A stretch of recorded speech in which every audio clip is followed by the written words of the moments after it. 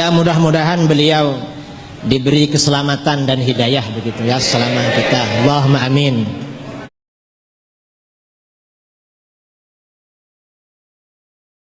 Ngasuh di mimbar mimbar interaktif di radio IDC ya, IDC FM ya. Beliau ini Ustadz Azra'i Abdus Syukur.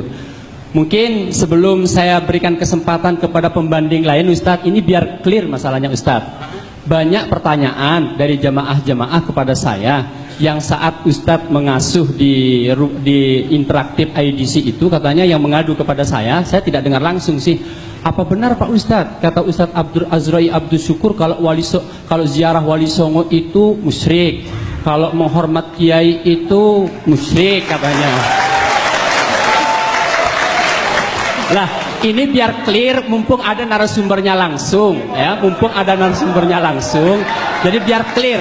Oke. Saya persilakan Ustadz untuk menyampaikan apa benar atau tidak, sehingga mohon maaf, ini kita di dalam masjid ya, kita cukup bertakbir, mungkin hanya sekedar klarifikasi biar tidak terjadi suudzon di antara umat Islam, karena pengaduan begitu banyak kepada saya, betapa banyaknya yang memberikan tanggapan miring terhadap jamaah yang melakukan ziarah Wali Songo, kemudian ziarah kubur dan lain sebagainya. Silakan Ustadz sebelum saya berikan kesempatan banding lain.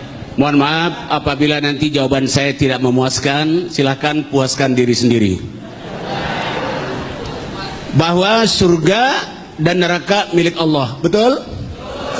Apakah Wali Songo yang memasukkan kita ke surga atau mengeluarkan kita dari neraka?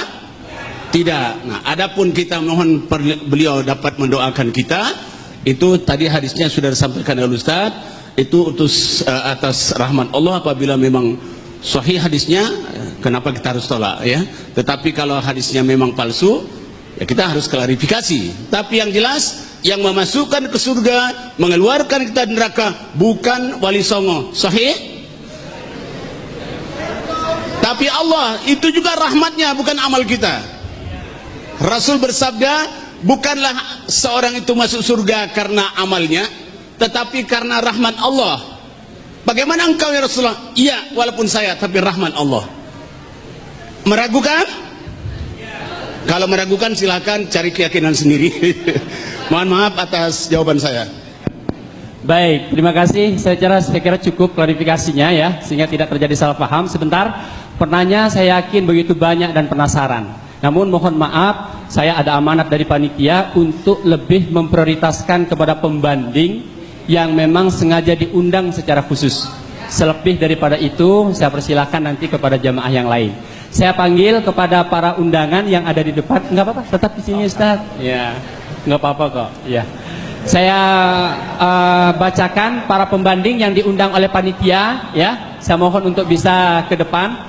Yang mewakili dari MUI Kota Balikpapan, kemudian dari Pondok Pesantren Subulis Salam, dari Pondok Pesantren Syekhona Khalil, dari Pondok Pesantren Arsyad Al-Banjari, dari Pondok Pesantren Ibnul Qayyim 5 km 5, dari pengurus cabang Nahdlatul Ulama, kemudian yang mewakili dari Hizbut Tahrir Indonesia, yang mewakili dari Sekolah Tinggi Agama Islam Ibnu Khaldun, kemudian Ustadz Sauki, kemudian jamaah tabligh, pimpinan majelis dzikir dan tahlil, serta yang mewakili dari Hidayatullah. Kepada beliau-beliau yang sengaja diundang oleh panitia untuk menjadi pembanding, saya harap untuk bisa naik ke depan untuk memberikan tanggapannya. Selebihnya akan kami berikan kesempatan kepada para jamaah yang lainnya.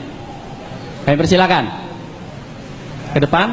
Baik, ada? Baik. Sambil menunggu mungkin beliau-beliau yang diundang ini masih menuju proses perjalanan ke depan ke atas panggung, kami persilahkan mungkin sebelum saya buka penanya kepada yang lain, mungkin ada yang ingin disampaikan oleh Ustadz Idrus. Terima kasih. Kalau mendengarkan jawaban beliau barusan, tadi beliau mengatakan kalau memang beristighatsah dan bertawassul itu ada hadisnya dan sahih, kita terima.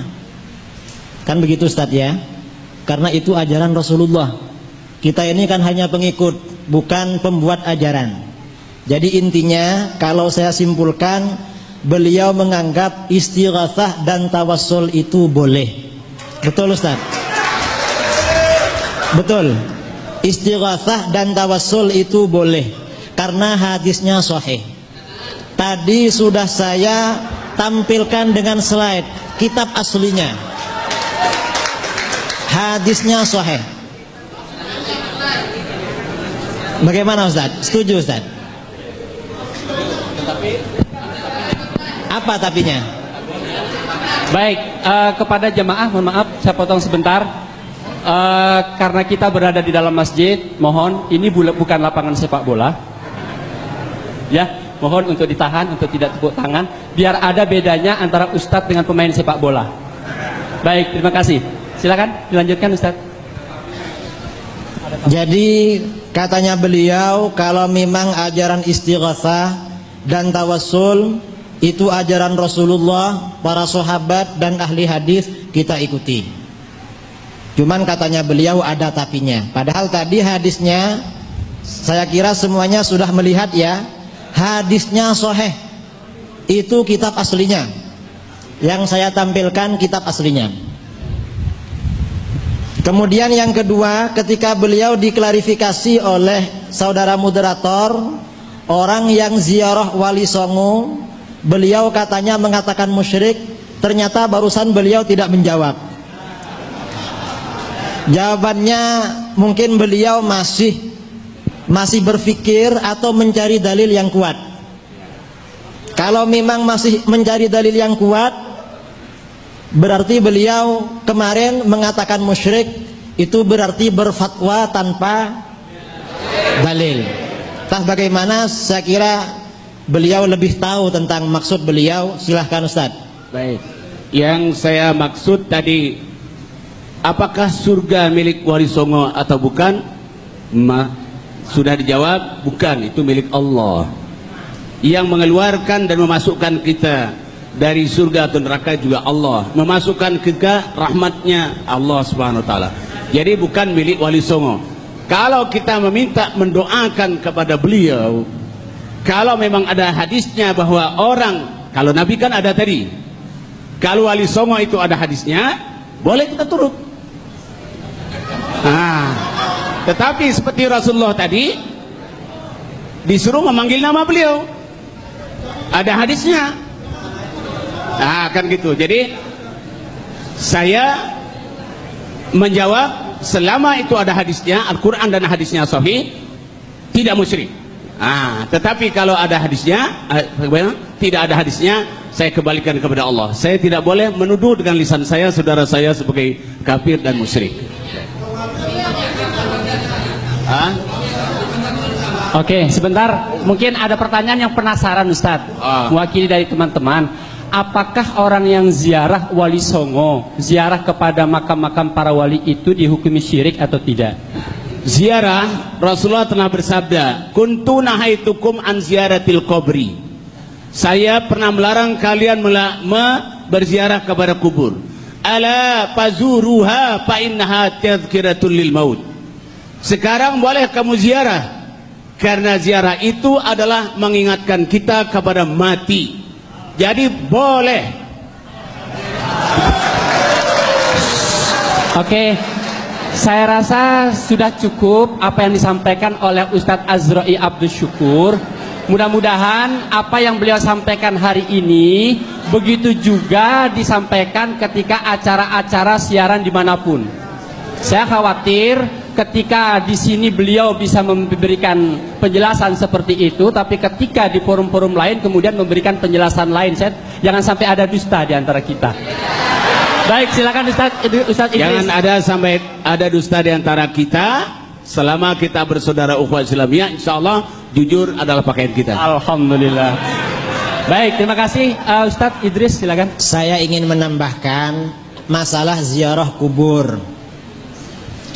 Ada perbedaan antara mayoritas umat Islam dengan Wahabi. Jadi maksud perbedaan ini bukan dengan Ustadz Azra'i, karena beliau tadi bukan Wahabi.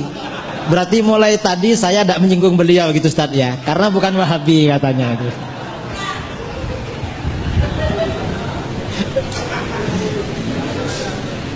ziarah kubur ada beberapa tujuan dalam ziarah kubur.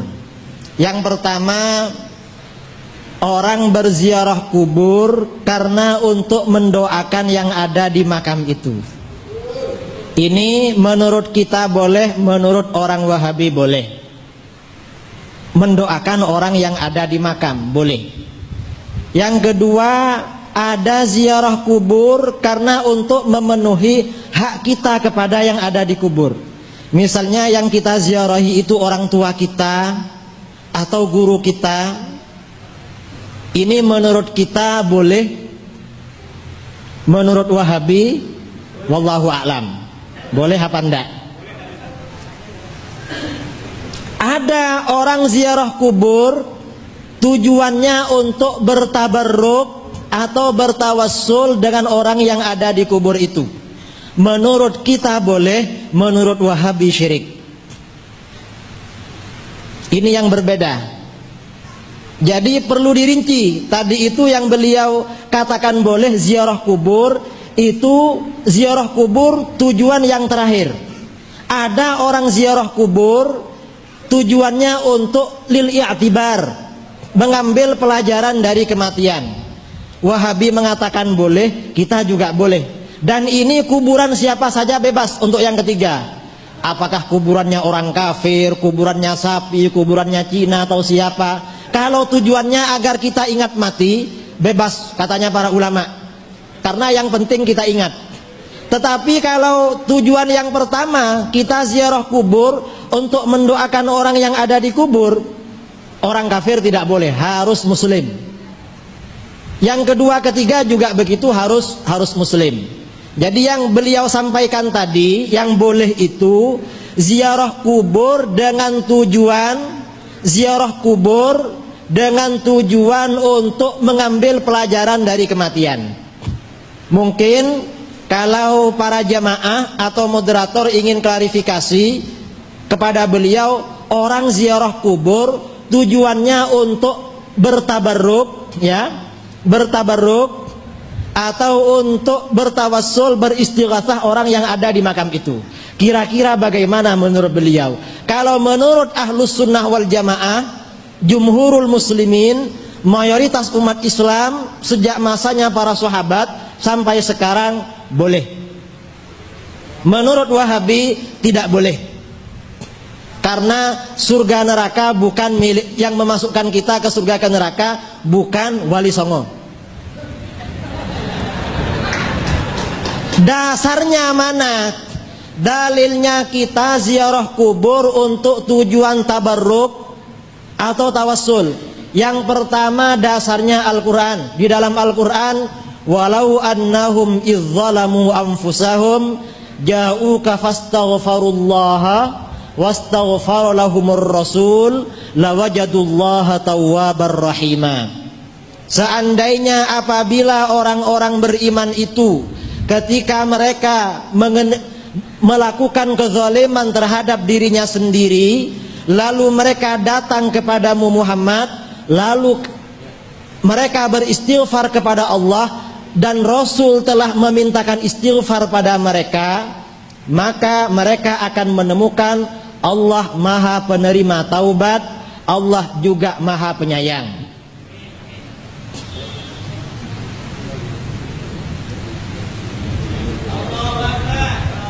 Ustaz.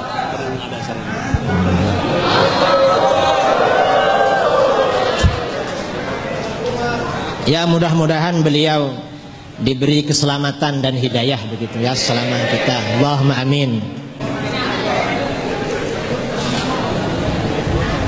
Jadi tujuannya tabarruk atau istighatsah. Kata para ulama di dalam ayat ini, orang yang berdoa kepada Allah memohon ampun diperintahkan oleh Al-Quran berdoa di samping makam Rasulullah. Apa tujuannya berdoa di samping makam Rasulullah? Tentunya tujuannya bertabarruk dengan Rasulullah yang ada di makam itu. Lalu bagaimana dengan orang-orang soleh yang bukan Rasulullah? Orang-orang soleh yang bukan Rasulullah dikiaskan dengan Rasulullah karena kesolehan mereka. Biasanya orang-orang Wahabi itu tidak mau pakai dalil kias. Tapi kalau membid'ahkan orang pakai kias semua. Kalau untuk kebaikan tidak pakai kias, kalau membid'ahkan pakai kias. Jadi kias itu dipakai separuh-separuh.